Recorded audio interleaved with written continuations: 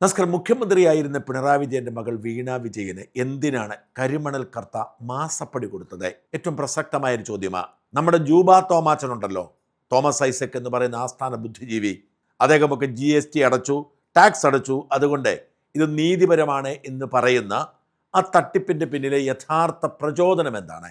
പലരും അതിൻ്റെ ആഴത്തിലേക്ക് കടക്കുന്നില്ല. അതിനൊരു കാരണമുണ്ട്.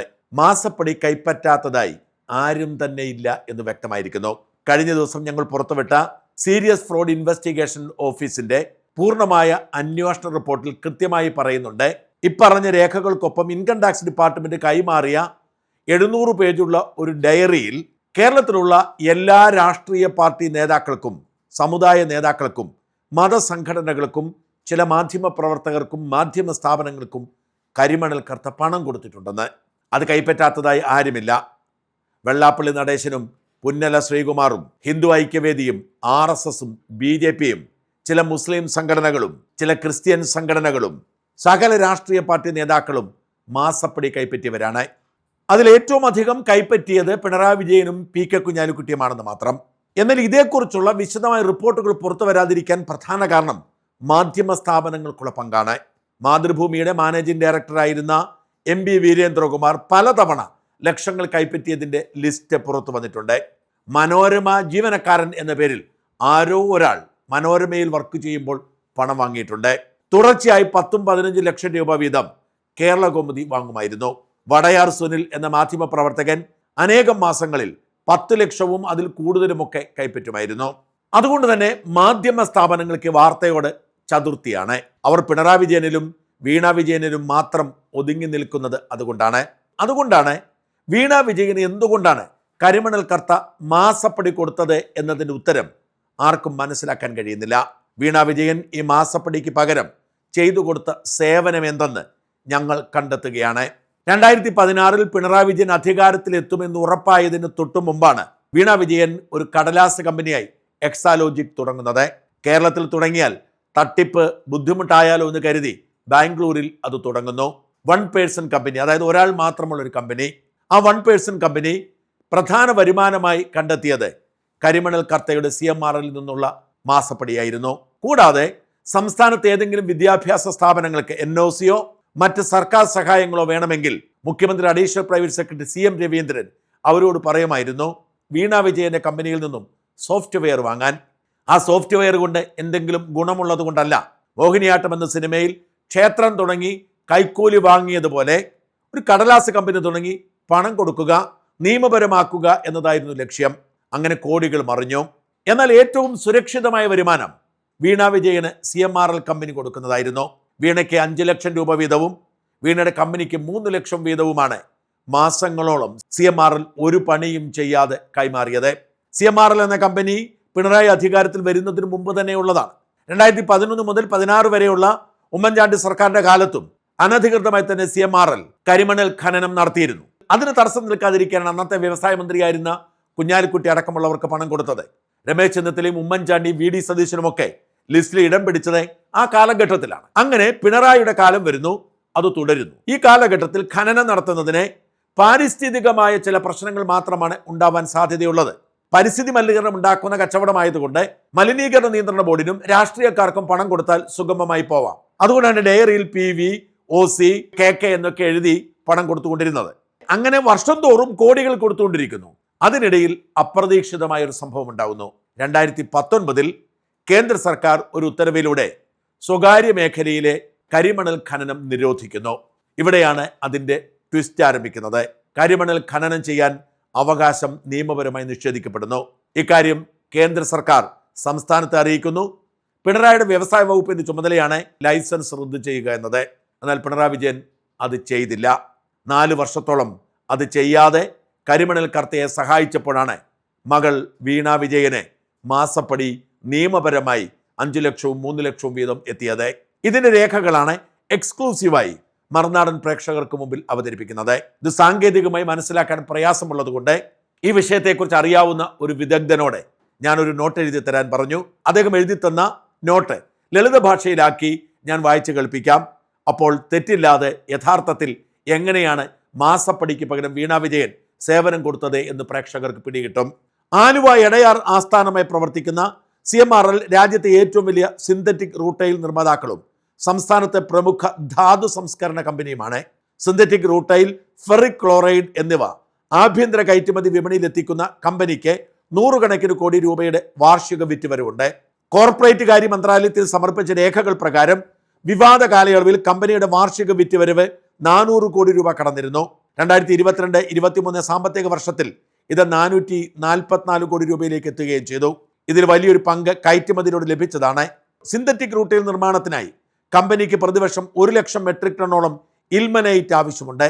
അസംസ്കൃത വസ്തുക്കളുടെ തടസ്സമില്ലാതെ ലഭ്യത ഉറപ്പാക്കാനായി 2001 CMRLന്റെ പങ്കാളിത്തത്തോടെ Kerala rare earth and minerals limited KREL എന്ന സ്വകാര്യ കമ്പനി രൂപീകരിച്ചു. ആന്റണി സർക്കാരിന്റെ കാലത്താണ്. തീരദേശ മേഖലയിൽ നിന്ന് ദീർഘകാലത്തേക്ക് ധാതുക്കൾ ലഭ്യമാക്കിയായിരുന്നു ഇതിന്റെ ലക്ഷ്യം.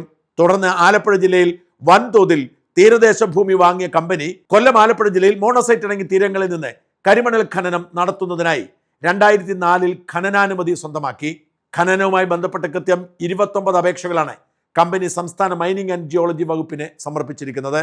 എന്നാൽ സ്വകാര്യ ഖനനത്തിനെതിരെ ഉയർന്ന പ്രതിഷേധത്തെ തുടർന്ന് 2004-ലും 2010-ലും അധികാരത്തിലിരുന്ന സർക്കാരുകൾ തടസ്സങ്ങൾ സൃഷ്ടിച്ചതോടെ പദ്ധതി നീണ്ട നിയമ പോരാട്ടത്തിലേക്ക് നീങ്ങി.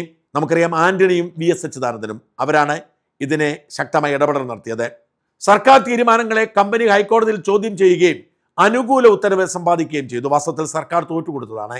ഇതിനെതിരെ സംസ്ഥാന സർക്കാർ നൽകിയ അപ്പീലുകൾ 2016 ഒക്ടോബറിൽ സുപ്രീം കോടതി തള്ളി. തുടർന്ന് 1ാം പിണറായി സർക്കാർ അധികാരമേറ്റ അതേ കാലയളവിലാണ് വർഷങ്ങളായി മുടങ്ങിക്കിടന്നിരുന്ന ഈ ഖനന പദ്ധതിക്ക് വീണ്ടും ജീവൻ വയ്ക്കുന്നത്. അതായത് 2001 മുതൽ 2016 വരെ നിയമ തടസ്സങ്ങളിൽ കെട്ടുകിടക്കുകയായിരുന്നു. ആന്റണി സർക്കാരും VS അച്യുതാനന്ദ സർക്കാരും എതിരായിരുന്നു. ഉമ്മൻചാണ്ടി സർക്കാരിന്റെ കാലത്ത് ചില ഒത്തുതീർപ്പുകൾ നടന്നു, അനധികൃതമായ ചില ഇടപാടുകൾ നടന്നു. അങ്ങനെ 2016 പിണറായി അധികാരത്തിൽ വരുന്നു. എല്ലാ നിയമ തടസ്സങ്ങളും നീക്കി അവർക്ക് ഖനനാനുമതി കൊടുക്കുന്നു. എന്നാൽ 2019 ഫെബ്രുവരിയിൽ കേന്ദ്ര സർക്കാർ ആറ്റോമിക് മിനറൽ കൺസഷൻ റൂൾസ് ഭേദഗതി ചെയ്തതോടെ കരിമണൽ ഖനനം സർക്കാർ കമ്പനികൾക്ക് മാത്രമായി. തീരദേശത്തെ കരിമണൽ ആണവധാതുക്കളുടെ സാന്നിധ്യം 0.75% കൂടുതലാണെങ്കിൽ അത്തരം മേഖലകളിൽ ഖനനാനുമതി പൊതുമേഖലാ സ്ഥാപനങ്ങൾക്കോ സർക്കാർ ഉടമസ്ഥതയിലുള്ള കോർപ്പറേഷനുകൾക്കോ മാത്രമേ നൽകാൻ പാടുള്ളൂ എന്നായിരുന്നു കേന്ദ്ര ഭേദഗതി. 2016 മുതൽ 19 വരെ പിണറായിക്കും മറ്റ് നേതാക്കൾക്കും മാസപ്പടി കൊടുത്തുകൊണ്ട് അവർ ഇഷ്ടം പോലെ പണമുണ്ടാക്കി. പക്ഷേ 2019 കേന്ദ്ര ഉത്തരവ് വരുന്നു. ഇതോടെ KRELന് അനുവദിച്ച ഖനനം 2019 മുതൽ നിയമവിരുദ്ധമായി. സ്വകാര്യ കമ്പനി ആയതിനാൽ അവർക്ക് ഖനനം തുടരാനോ CMRLന് അസംസ്കൃത വസ്തുക്കൾ എത്തിക്കാനോ നിയമപരമായി സാധിക്കുമായിരുന്നില്ല.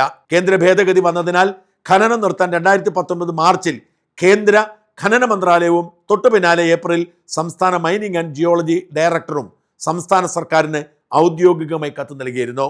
കേന്ദ്ര മൈനിങ് ഡിപ്പാർട്ട്മെന്റ് കത്തയക്കുന്നു സംസ്ഥാനത്തിന്, സംസ്ഥാന മൈനിങ് ഡിപ്പാർട്ട്മെന്റ് സർക്കാരിനും കത്തയക്കുന്നു, നിർത്തണം. എന്നാൽ കേന്ദ്രത്തിന്റെ കർശന നിർദ്ദേശങ്ങൾ നിലനിൽക്കെ തന്നെ KREMLന്റെ ഖനനാനുമതിയും അതുമായി ബന്ധപ്പെട്ട അപേക്ഷകളും റദ്ദാക്കാൻ പിണറായി സർക്കാർ തയ്യാറായില്ല. അതായത് കേന്ദ്ര സർക്കാർ ഉത്തരവിട്ടിട്ടും പിണറായി വിജയൻ അതിന് സമ്മതിച്ചില്ല. ഈ സമയത്താണ് മകൾക്ക് കൂടി മാസപ്പടി കൊടുത്തു തുടങ്ങിയത്. തുടർച്ചയായ പരാതികൾക്കും നിയമ പോരാട്ടങ്ങൾക്കും ഒടുവിൽ കേന്ദ്ര നിയമം പ്രാബല്യത്തിൽ വന്ന 4 വർഷത്തിന് ശേഷം 2023 ഡിസംബർ 18-നാണ് KREMLന്റെ ഖനന ലൈസൻസുകൾ റദ്ദാക്കിക്കൊണ്ട് വ്യവസായ വകുപ്പ് ഉത്തരവിറക്കിയത്.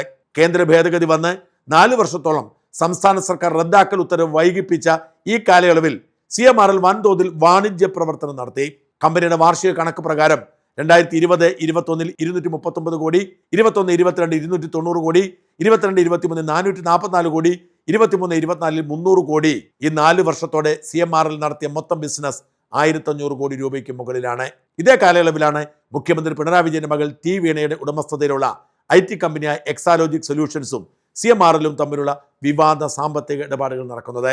2017 മുതൽ 2020 വരെയുള്ള സാമ്പത്തിക വർഷങ്ങളിൽ എക്സാലോജിക്കും വീണ വിജയനും CMRLൽ നിന്നും ഏകദേശം 1.72 കോടി രൂപ കൈപ്പറ്റിയതായി ആദായ നികുതി ഇടക്കാല സെറ്റിൽമെന്റ് ബോർഡ് കണ്ടെത്തിയിരുന്നു. തുടർന്ന് സീരിയസ് ഫ്രോഡ് ഇൻവെസ്റ്റിഗേഷൻ ഓഫീസ് നടത്തിയ അന്വേഷണത്തിൽ ഈ തുക ഏകദേശം 2.73 കോടി രൂപയാണെന്ന് വ്യക്തമാക്കുന്നു.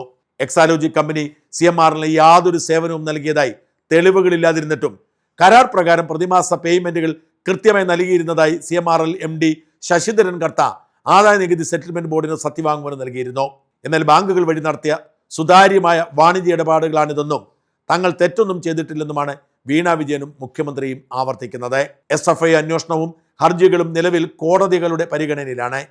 ഇതിനിടെ ഈ ആഴ്ച CMRL ഓഫീസുകളിലും ഉദ്യോഗസ്ഥർ വീടുകളിലും ED നടത്തിയ റെയ്ഡുകൾ, കരിമണൽ ഖനന നിരോധനവും ലൈസൻസ് റദ്ദാക്കുന്നതിൽ സർക്കാരിനുണ്ടായ കാലതാമസവും ഇതേ കാലയളവിൽ എക്സാലോജിക്കിലേക്ക് ഒഴുകിയ പണവും തമ്മിലുള്ള ബന്ധം വ്യക്തമാണ്. ഇതാണ് kid pro quo vigilance case register ചെയ്ത് അന്വേഷണം വേണ്ട ഗുരുതരമായ കുറ്റകൃത്യം. 2019 കേന്ദ്ര സർക്കാരിൻ്റെ ഉത്തരവ് വന്നതിന് ശേഷം 2023 വരെ CMRLനെ അനധികൃതമായി ഖനനം നടത്താൻ അനുമതി കൊടുത്തതിനെക്കുറിച്ച് വിജിലൻസ് അന്വേഷണം നടത്തിയാൽ മാത്രമേ പിണറായി വിജയന്റെ മകളും കരിമണൽ കർത്തയും തമ്മിലുള്ള ഈ മാസപ്പടി ഇടപാടിന്റെ മുഴുവൻ വിശദാംശങ്ങളും പുറത്തു വരൂ.